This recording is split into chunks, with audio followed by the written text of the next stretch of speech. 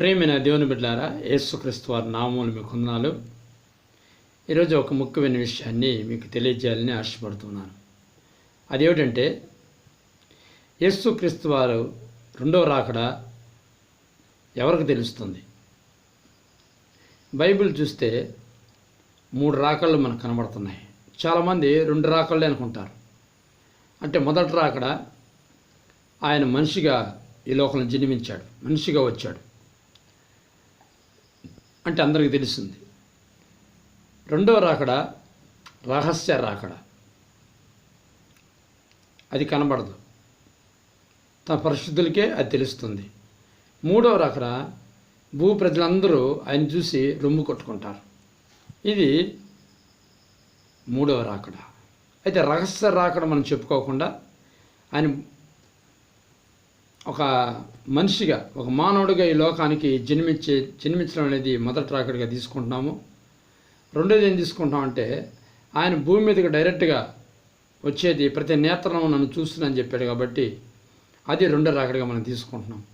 ఆ మొదటి రాకడికి రెండో రాకడికి మధ్యలో ఒక రాకడ ఉంది, అదే రహస్య రాకడ. అయితే ఈ రహస్య రాకడ ఎవరైతే యేసుప్రభువుని నమ్ముకుంటారో వారికి మాత్రమే తెలుస్తుంది అని బైబిల్ చెప్తుంది. అయితే ఇంకో విషయం ఏంటంటే, వారికి మాత్రమే తెలుస్తుందా, ఇంకెవరికి తెలియదా?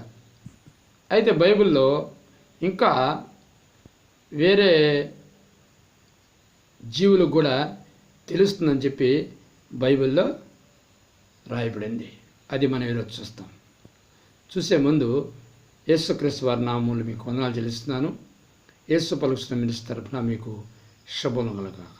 ఒక వాక్యాన్ని బైబిల్లోంచి మనం చదువుకుందాము. యోబు గ్రంథము 36వ అధ్యాయము 33వ వచనం చదువుకుందాం. తాను వచ్చుచున్నాడని ఆయన పశువులకును తెలుపును.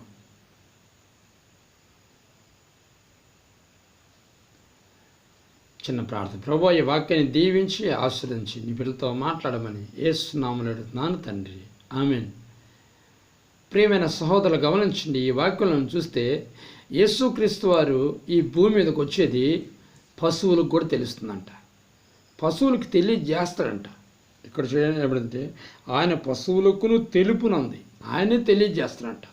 అంటే ఒక పశువులకేనే కాదు, ఇక్కడ ప్రతి ఒక్క జంతువుకు కూడా, భూమి మీద ఉన్న ప్రతి ఒక్క జంతువుకు కూడా, ఆయన ప్రతి ఒక్క జీవి కూడా యేసుక్రీస్తుడు ఈ భూమి మీదకి వచ్చేది తెలుస్తుంది, ఆయన తెలియజేస్తాడు. ఎందుకంటే ఈ సమస్త జీవకోటి, ఈ జీవరాశిని సృష్టించింది యేసుక్రీస్తు వారే. వాటికి తగిన జ్ఞానాన్ని దేవుడు ఒక్కొక్క దానికి దేవుడు అనుగ్రహించాడు. ఆ జ్ఞానం ప్రకారంగా అవి నడుచుకుంటున్నాయి, ఆ జ్ఞానం ప్రకారంగా అవి దేవుని స్తుతిస్తున్నాయి, ఆ జ్ఞానం ప్రకారంగా అవి ఆహారం సంపాదించుకుంటున్నాయి దేవుని దగ్గర నుంచి. ఆ జ్ఞానం ప్రకారంగానే జీవిస్తున్నాయి, తన జీవనాన్ని గడుపుతూ ఉన్నాయి. చూడండి, కనుక చిన్న జీవికి చిన్న జ్ఞానం ఉంటుంది, పెద్ద జీవికి పెద్ద జ్ఞానం ఉంటుంది. ఏ జీవికి ఆ జ్ఞానం ఉంటుంది. చిన్న దోమలు ఉన్నాయి, వాటి జ్ఞానం పట్టుకుంది. పెద్ద ఏనుగు ఉంది, వాటి జ్ఞానం పట్టుకుంది.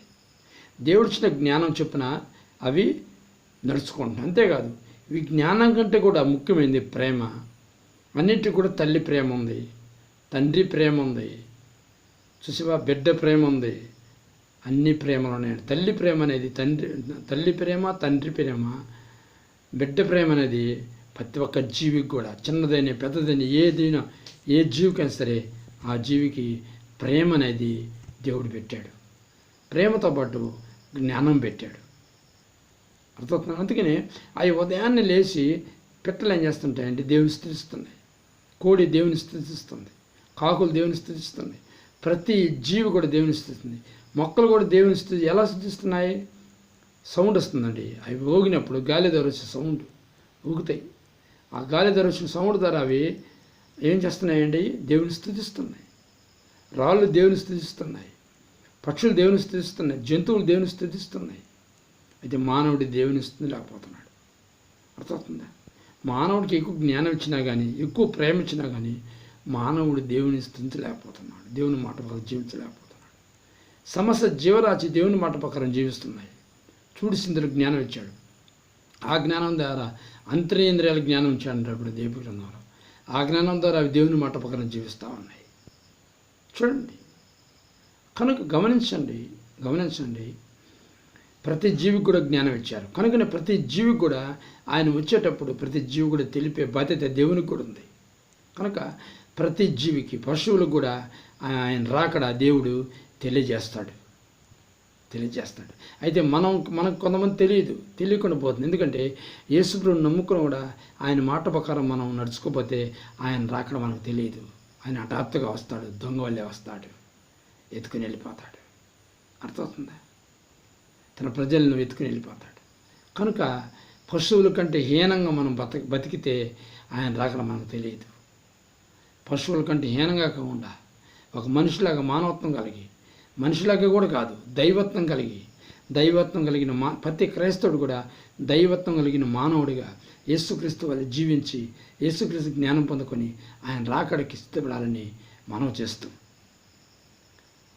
ప్రతి జీవికి తెలిసిన యొక్క రాకడ మనకు కూడా దేవుడు తెలిపే విధంగా, మనం జీవించే విధంగా దేవుడు సహాయం చేయాలని కోరుకుంటూ ప్రార్థన చేసుకుందాం. పరిశుద్ధుడైన తండ్రి, ప్రేమ దేవ, ఈ వాక్యాన్ని దీవించి ఆశీర్వదించమని, ఈ వాక్యాన్ని ప్రతి బిడ్డనైనా తండ్రి నీకు స్తోత్రం తెలియస్తూ, ప్రభు మంచి జ్ఞానం కలిగి నీ మాట వరకు జీవించి ఆయన రాకడికి ఎత్తబడే విధంగా మేలుకొని ప్రభు ఉండే కృప దయచేయు. యేసు అన్నాడు, మెలకువగా ఉండండి, నా రాకడ ఎప్పుడు వస్తుందో ఆ రాకడికి మీరు కనిపెట్టండి. మెలకువ గుండి ప్రార్థన చేయనాడు. మెలకువ కలిగి ప్రార్థన చేసి కృప దయచేయు. అన్ని జీవులు ప్రార్థన చేస్తున్నాయి, ఉదయం లేచి స్తుతిస్తున్నాయి. మానవుడు స్థితించలేకపోతున్నాడు ప్రభు. ముఖ్యంగా ప్రభువుని నమ్ముకున్న స్థితించలేకపోతున్నాడు తండ్రి. కనుక తండ్రి కుమారుడు యేసుక్రీస్తు నమ్మిన ప్రతి ఒక్కరు కూడా స్తుతించే విధంగా, మెలకువ కలిగి ప్రార్థించే విధంగా సహాయం చేయండి. ఆ రాకడ కనిపెట్టి లేవబడి బిడ్డ తయారు చేయమని యేసు నామములో అడుగుతున్నాను తండ్రి. ఆమేన్.